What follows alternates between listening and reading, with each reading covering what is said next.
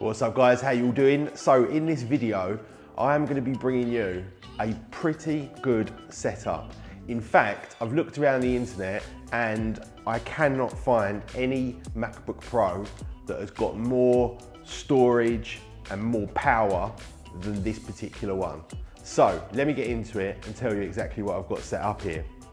Now I showed you guys the monitor a little while ago. This is the Dell 38-inch widescreen curved monitor, and it is fantastic. It really is an absolutely fantastic masterpiece of hardware. Really enjoying it. Great resolution, and the performance is fantastic. The viewing angles, absolutely everything.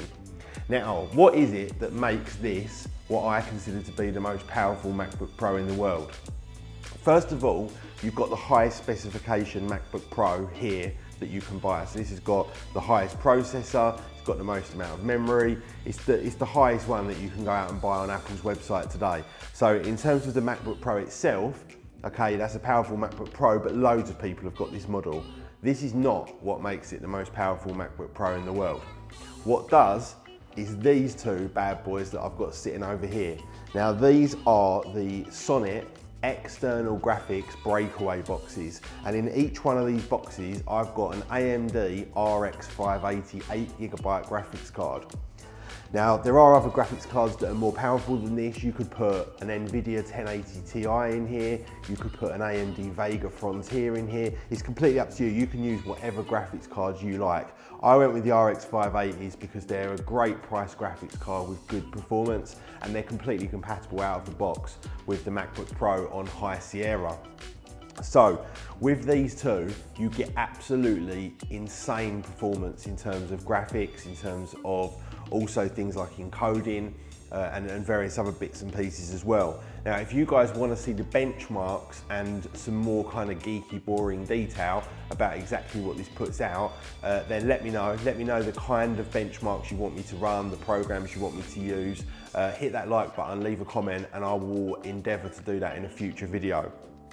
So that is what really makes it the ridiculous power MacBook Pro that I'm talking about. But we wouldn't get anywhere without ridiculous storage.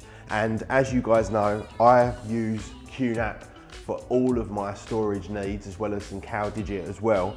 But what I've got here is a MacBook Pro on top of a QNAP TVS.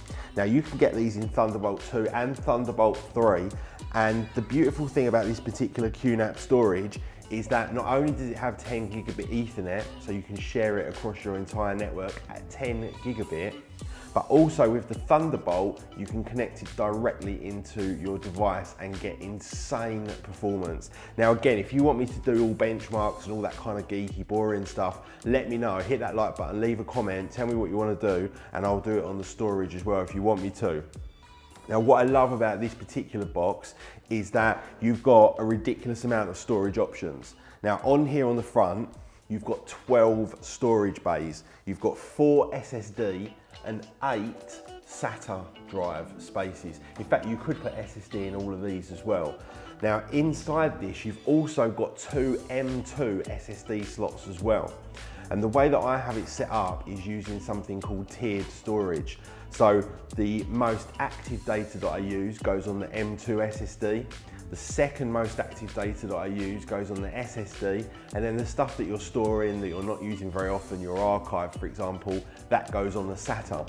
And the operating system for the device itself takes care of all of that tiered storage for you, and it moves the data around onto the relevant performance storage in order to give you the best performance possible. So this is an absolutely sensational bit of kit. Now on top of the actual storage, this thing can be an email server, it can be a virtualization server, it can be a VPN server, it can be a DNS server, it can be a web server. You guys get the drift. You can even do secure browsing via it, which is absolutely sensational. And the list of all the things that this does are absolutely endless. For example, I use something called Sonnet, and every day this thing goes away, downloads the latest TV shows that I'm interested in, stores them locally, and then allows me to use them whenever I want and play them across any device, wherever I am in the world. So that is absolutely fantastic. Now that is it, guys. That is, well, I've just lowered it. That is my introduction to what I consider to be the most powerful MacBook Pro in the world. If you know otherwise, please do let me know in the comments below. I'd love to see any kind of setups that are similar to this or especially better than this. But that's it from me, guys. Very quick one today. Like I say, let me know if you want to see more. If you want to see more geeky stuff, hit the like button, leave a comment, and I will see you all in the next video. Peace.